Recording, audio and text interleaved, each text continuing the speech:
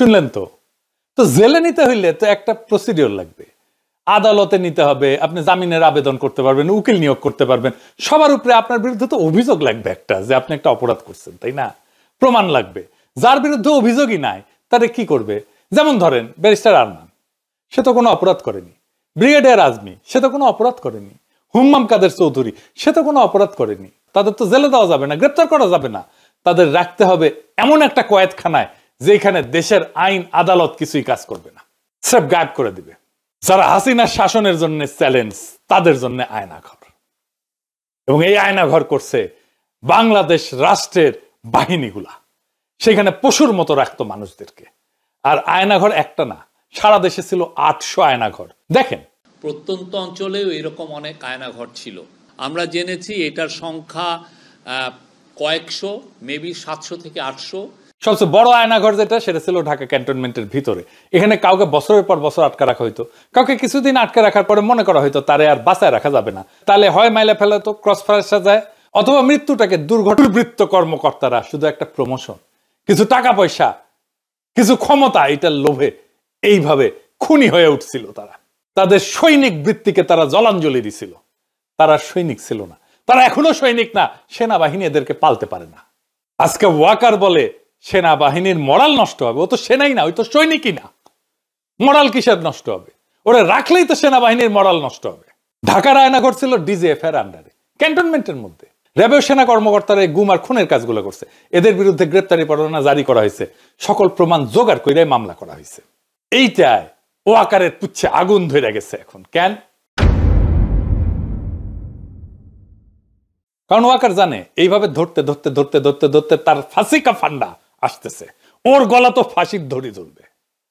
সে নিজেও তো 2024 জুলাই আগস্টে ছাত্র জনতার বিক্ষোভের বিরুদ্ধে সেনা নামাইছিল, তারা গুলিও করছে, মানুষও মারছে। এর দায় তো ওয়াকারের। সৈনিক আর জুনিয়র অফিসাররা গুলি চালাইতে অস্বীকার করার জন্যই ওয়াকার তার আপারে বাঁচাইতে পারে নাই।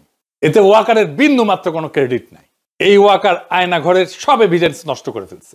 এভিডেন্স নষ্ট করা আর একটা অপরাধ। ক্যান্টনমেন্টের এলাকার মধ্যে যদি এভিডেন্স নষ্ট করা হয় আয়নাঘরে, কার সেটা দায়িত্বে পড়ে? তার জিম্মায় থাকা জেনারেল মুজিব পালাই যেতে দিচ্ছে, তারা গ্রেপ্তার করা হয়েছিল, রাখা হয়েছে ক্যান্টনমেন্টে, পালাই গেছে। কার দায় তাহলে?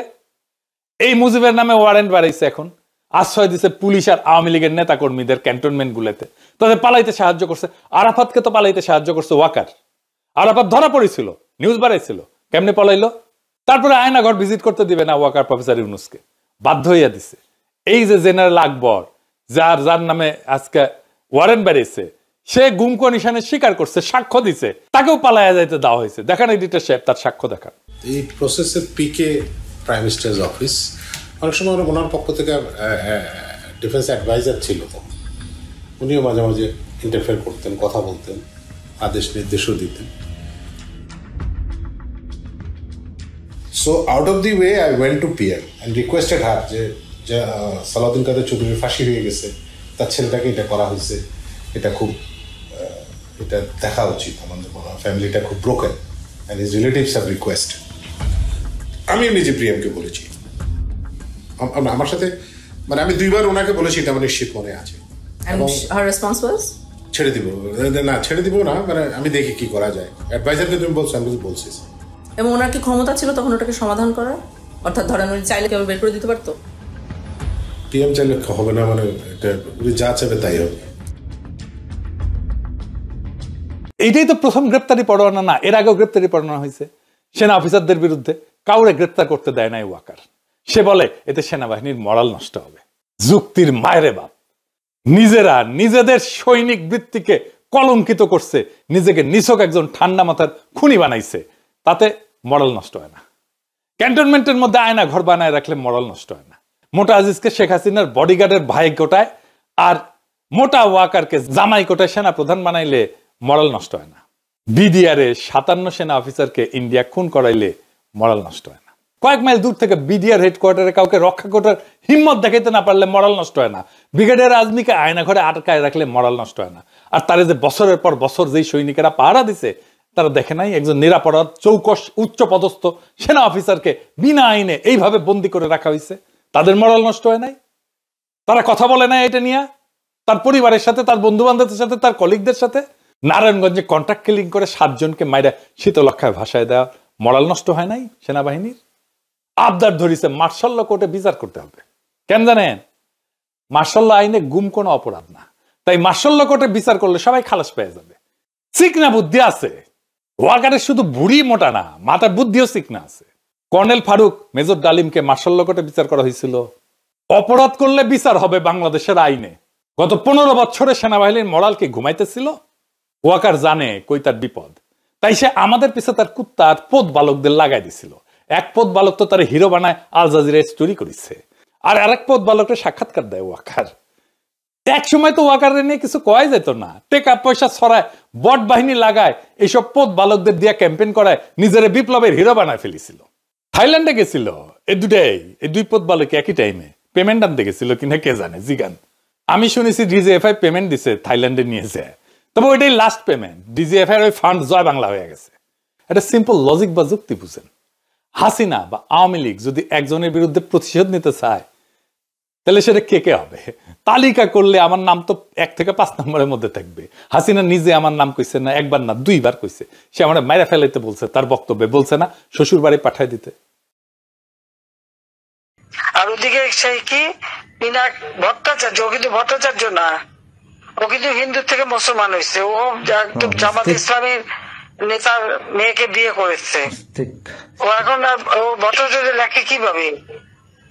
ও তো ধর্মান্তর হয়ে গেছে। এটা তো কোনো আশা নাই, কোনো মিডিয়াতে জানতে হবে তাই সোর্সটা। না কেন, ওর শ্বশুর বাড়ি তো মানুষই যতদূর সম্ভব বোধহয় ত্রিশাল বা টাঙ্গাইলে না,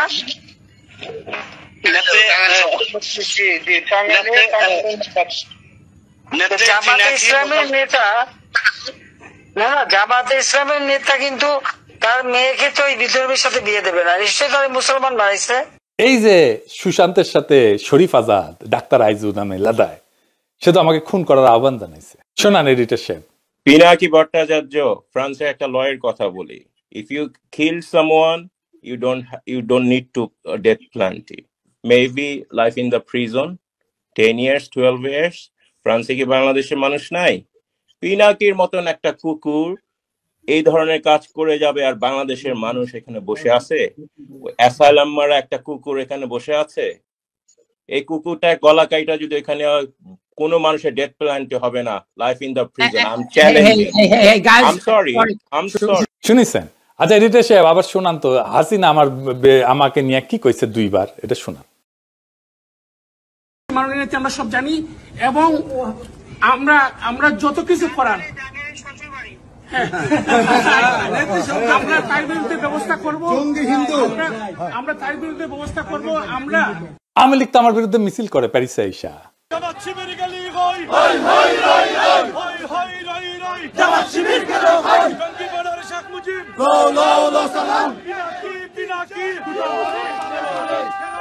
ইন্ডিয়ানরা আমার পছন্দ করে, আমার বিরুদ্ধে তো ইন্ডিয়ানরা পর্যন্ত কন্টেন্ট বানায় গালাগালি করে আমার পোস্টে আইসা। দেখেন তো, নাস্তিক যেগুলো আছে সব কয়টা তো আমার গেলায়, তাই না? বাম যেগুলো আছে সেগুলো তো আমার গেলায়, তাই না? তো তাইলে বাম, ইন্ডিয়া, আওয়ামী লীগ, হাসিনা, নাস্তিক, এই যে গ্র্যান্ড একটা অ্যালায়েন্স, এইগুলো তো আমার শত্রু ঘোষণা করছে। তার মানে আমি গ্রেটার আওয়ামী ইন্ডিয়া যে শক্তি, তার বিরুদ্ধে দাঁড়ায় ফাইট করি। আমার চাইতে বড় অ্যান্টি আওয়ামী আর ভারতীয় আগ্রাসন বিরোধী ভয়েস কয়টা আছে? সারা দুনিয়ায় ভারতীয় পণ্য বয়কট আন্দোলন করেছি, সাকসেসফুল আন্দোলন করেছি। তার মানে আমার পিছে যারা লাগে তাদের ফুয়েল কই থেকে আসে এটা বুঝেন এবার।